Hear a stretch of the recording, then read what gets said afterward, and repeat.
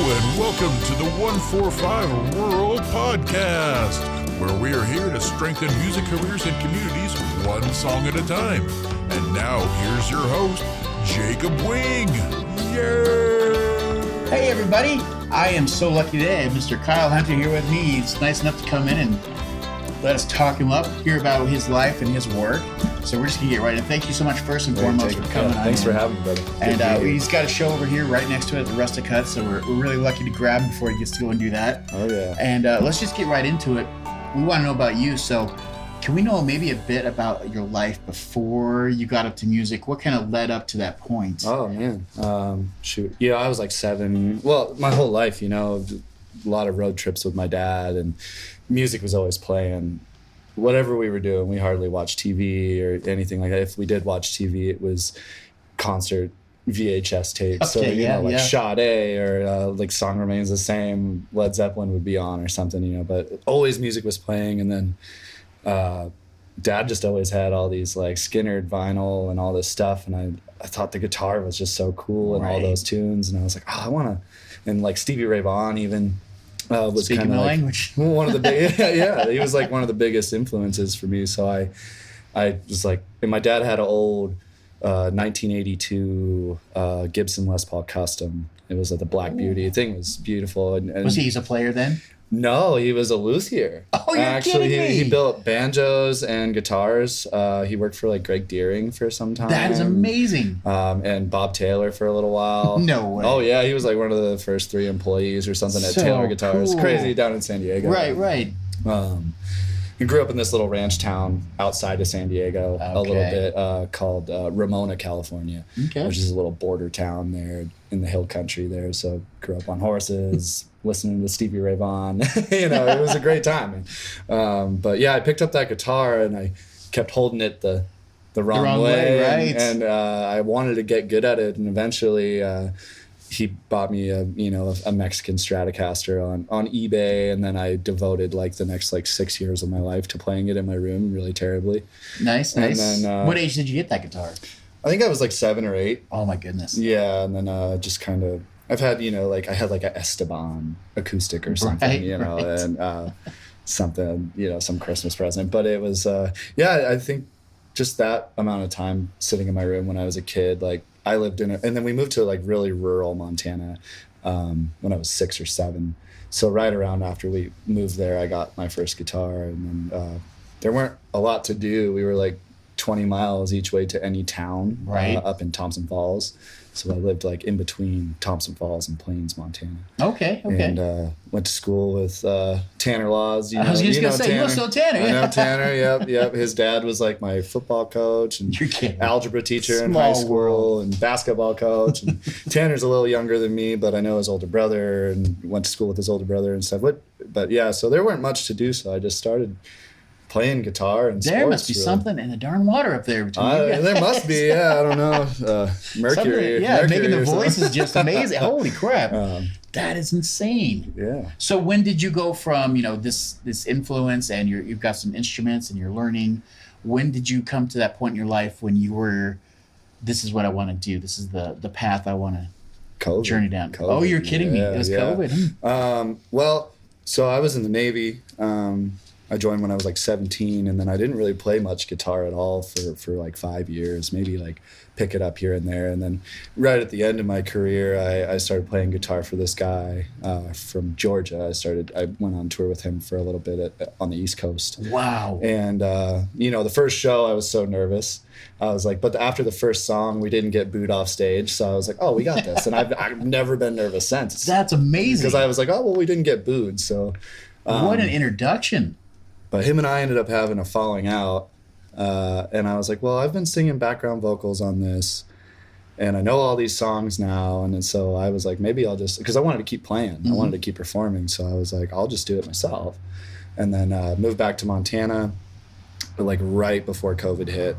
And I was living down in Texas on the railroad, working like railroad construction and stuff. And then it was pretty crazy. But then I moved back to Montana, and then COVID hit, and then so I got laid off from my job that I had, And then I sat there and kind of honed my craft. I had all this time to play guitar and teach myself how to sing and perform more. And 2021 was like my first like legit full 3-hour show here actually at the Rustic You're Hut. Kidding me. Wow. No, Full circle. yeah this is 2021, so almost like pretty much 3 years or plus more. But I went in there, I played an open mic because I was just like, I just want to go out and play, and that's kind of how you get started. You just hit open mics, and that's what I did in Virginia and Texas. I would, if I wanted a gig, I would just play open mics, and then you meet people. Right, get that community, that connection going. Yeah, or some guys in the crowd, and he's like, "Hey, I throw a party every year on my property, and would you like to play?" And then you just kind of so cool things like that happen. But yeah, so then the Hut was like, "Oh well, like would you want to play like a full show here?" And I was like, "Yeah," and then it ended up being it hasn't slowed down since, really, right? And it's kind of continuing to go. Yeah, and we want it to keep growing and gaining traction, of course. But so were you doing solo shows then in the beginning? And just a guitar and a microphone. Man. So cool. Yeah, and I still do that pretty often. But so what percentage would you say that you do live, like band, full band versus solo shows now?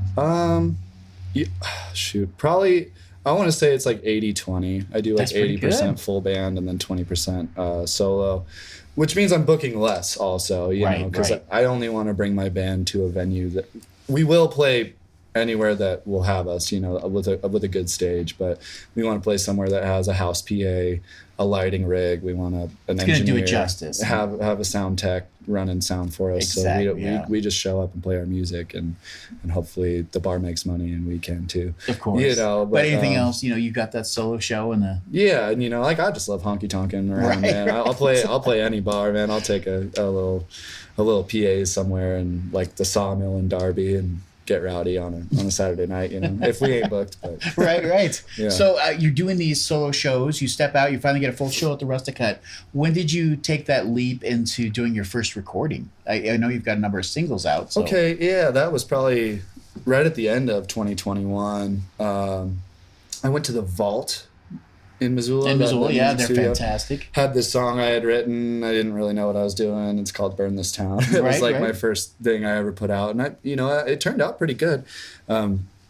Respectively, critiquing my own music, but I think that was just the first attempt at cutting a song, and I had a good studio drummer, like a session guy, come in and lay drums on it. But I did the rest myself. I did bass, guitar. Oh, wow. You did fantastic. Vocals. Yeah, and we'll have all this stuff linked below. If this YouTube podcast, it's all there. You can go and listen to it. You can hear the growth in all the songs. But you started out really good. Oh, thanks. Yeah, I've always been kind of a perfectionist in that way. I don't want to put anything out that I'm not like proud of. Right. And I think like if I look back in 10 years, I won't be like, oh, wow, that sucks. I want it to stand the test of time and be like, okay, it's still a good tune, respectively. And it grows too. If you hear us play "Burn This Town" at the Rustic Hut tonight, it would be completely different from what the record is. Right.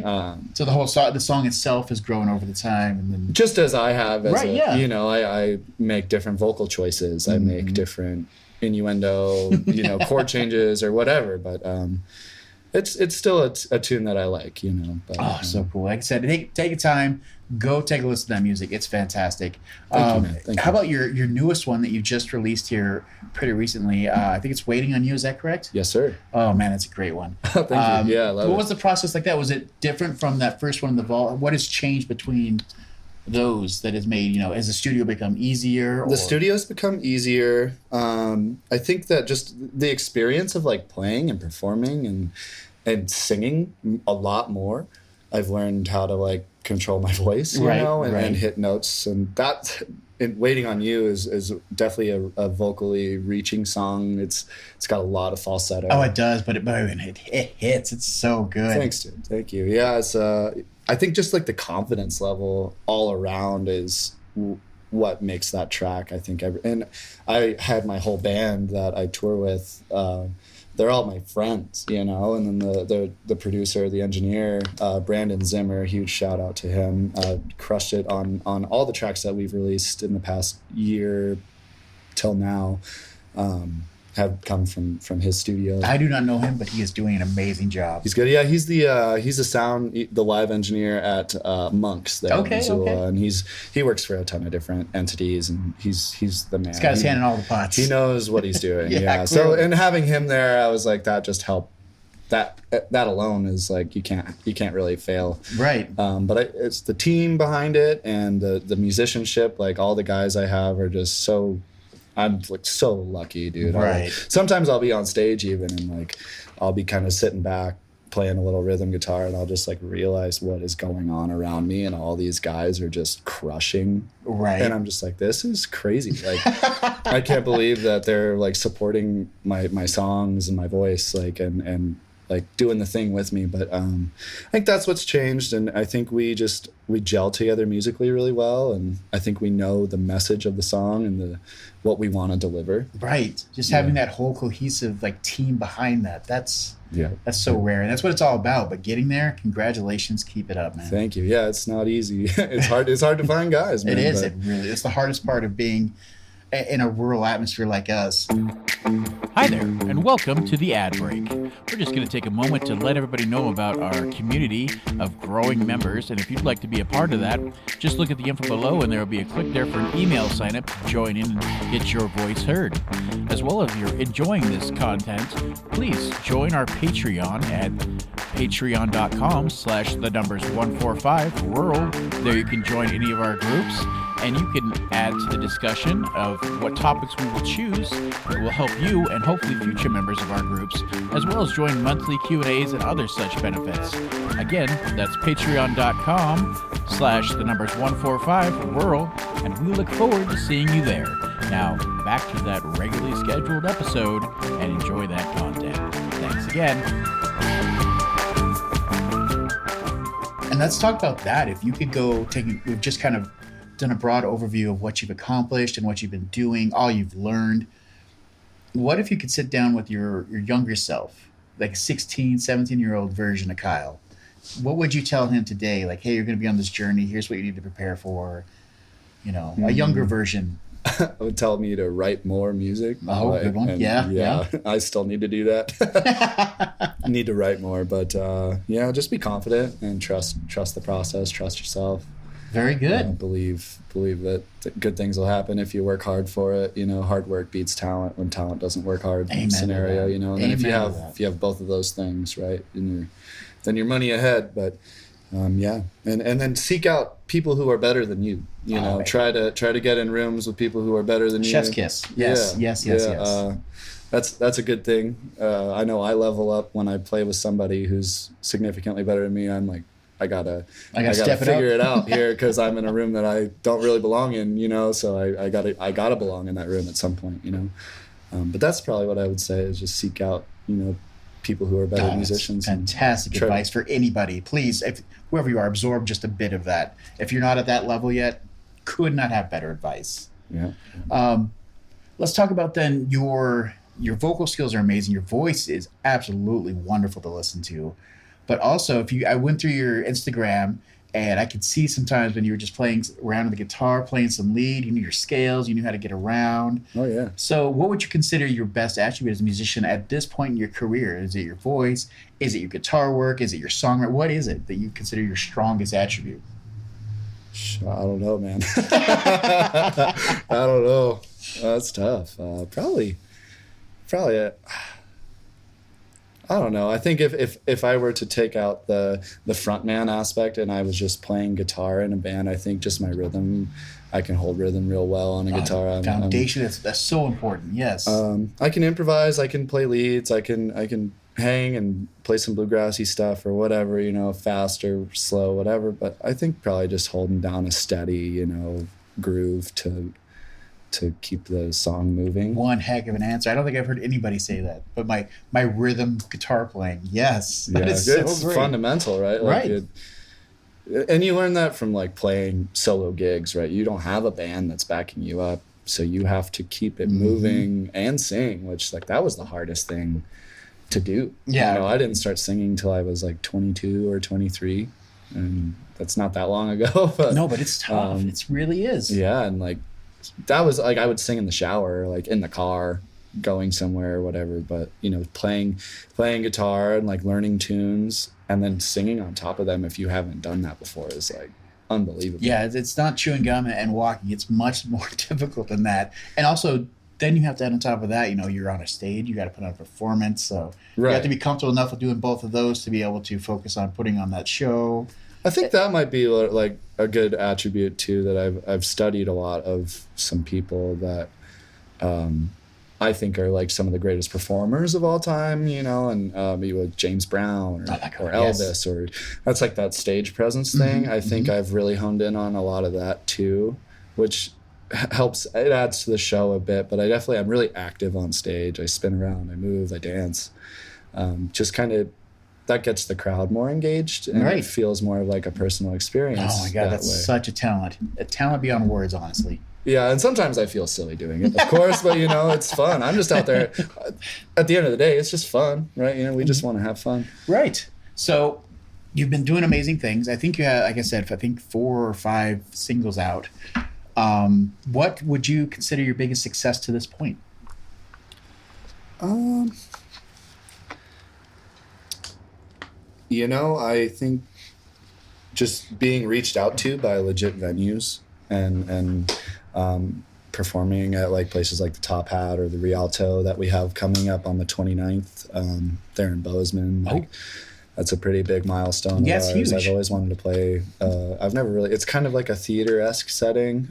So we've never really played a theater. So that's a kind of a milestone. Getting 1,000 streams on a song. That's a small. It seems small to such a minuscule number, huge. But like it's such a big milestone, though. Yeah, and to see that happening like within less than a month is pretty cool to me.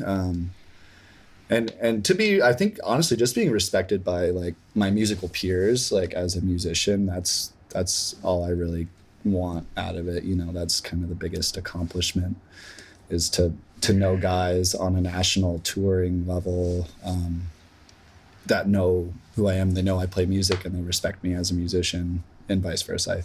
That's kind of a wow. Cool You have feeling. a very good head on your shoulders, man. Oh, thank you. A lot of people I meet in that situation, they're focusing on different things, but it's really what matters. I just want to be a musician. I'm not worried about being on TV or whatever, man. I want to play music and be around musicians who are good. That's right. So if that's your biggest success, and what has been your biggest struggle to date? What's something that you have to take on, and is always a problem for you?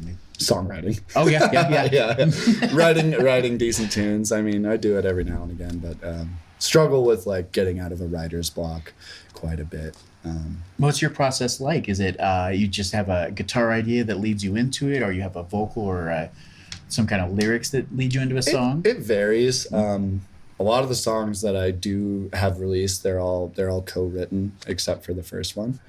That Burn This Town was solely me, but co-writes are good, and I think the process for me is like coming up with an idea of a song. Like what are we talking about? What's the feeling? What are we or I'll just think of like a phrase. I'll just be like driving somewhere and I'll think of something and I'll be like, and I jot it down into my notes really quick, and then I build off of that and try and make it make sense in a storyline. And then putting that to music is always the struggle, because it's like, how is this going to flow? And then once you get a good like melody and rhythm down, then you can add other elements. But it's definitely about just getting like a rhythm and a melody first, and then adding the lyrics later for me, I think. And then sometimes it just flows, man. I'll be playing something new, and then I can kind of just like ad-lib like a melody, and then all of a sudden I'm like, okay, what words would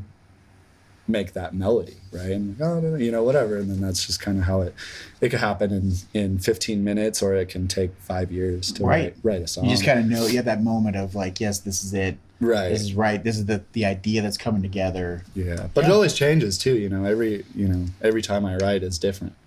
And sometimes songs write themselves, and sometimes they just take forever, and I don't know, but it always helps having a good songwriter with you co-writing. Yeah. Some people have it really down, and that's where I need to like get better at, but definitely it's a process. It's a process.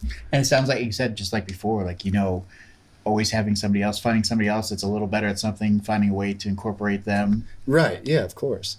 Yep. And always look for people who are better than you and stuff. So we kind of covered all the good stuff, all the meaty stuff. Let's talk about you. What's coming up for you? Anything exciting? Yeah, we're like I said, playing the Rialto on the 29th. We've got some festivals on the horizon for the summer. I'm excited for. There's one up in Lincoln, Montana. Cool. Just got word for it. Oh wait, yeah, in Lincoln, that's like I think a rock and roll festival. So we're gonna play a little more like rock than we normally would. Oh, fun. But that'll be cool. And then I think we're headlining that, so that'll be cool. Oh, I'm excited for that. Okay, everything. All the links are below. Check out the dates. Be sure you catch them at some time early summer this summer. Don't miss it. Catch at least one show. Yeah, please come out. Yeah, we always love new faces, and there is something in our shows for everyone. You know, we play a super wide array of tunes from start to finish. There's Western swing, there's folk, there's funk, there's blues, there's rock, there's country, there's Americana, there's really is something for everybody. And, wow. And so if you don't like the first three songs, maybe just wait a minute. You might love the fourth Have a song. drink, come back. And... Yeah. And the more you drink, the better we sound. Of course. But that's what we're kind of looking forward to. We got some festivals. I'm kind of planning a move to Austin, Texas. Oh, good for you. In the fall. Home of Stevie Ray. Yeah, you got to go where your heroes are from, right? All my heroes wear cowboy hats, right? And that's where they're at. So. Oh, fantastic! That's exciting. Yeah, man. So, well, what about? I know you just put out "Waiting on You" recently. You have any other songs coming out soon? Yeah, we just got one more release that's scheduled for the beginning of summer, and that's called "Lines on the Road." Lines on the Road, and it's a very, very special tune. Just got pedal steel laid down on that track, which is sweet. Exciting. Shout out to Cabot Metz out of Bozeman. That guy did a fantastic job laying steel on that. This dude's like a Berkeley guitar graduate. So yeah, he's not too bad. Oh, that's exciting. Can't wait to hear that. Yeah. Of course, if you follow us or follow Kyle, whatever one, make sure we'll have that as soon as it's out. We'll be promoting that. That's going to be amazing. So, awesome. Oh, anything else you'd like to say to the nice people? Or? Oh yeah, cheers! Hey, if you've supported our music at all, thank you so much. It really does mean a lot to have any feedback or support. Like, I can't say thank you enough. And if you haven't checked out the music yet, would really appreciate if you did. And if you don't want to, nobody's going to force you to. But, well, I highly recommend it. Take a little time. Yeah. Thank you so much again. Thanks for your time. Wonderful musician, wonderful music. It's Mr. Kyle Hunter. Thank him again. Guys. And we'll see you guys on that next one. Bye. Cheers.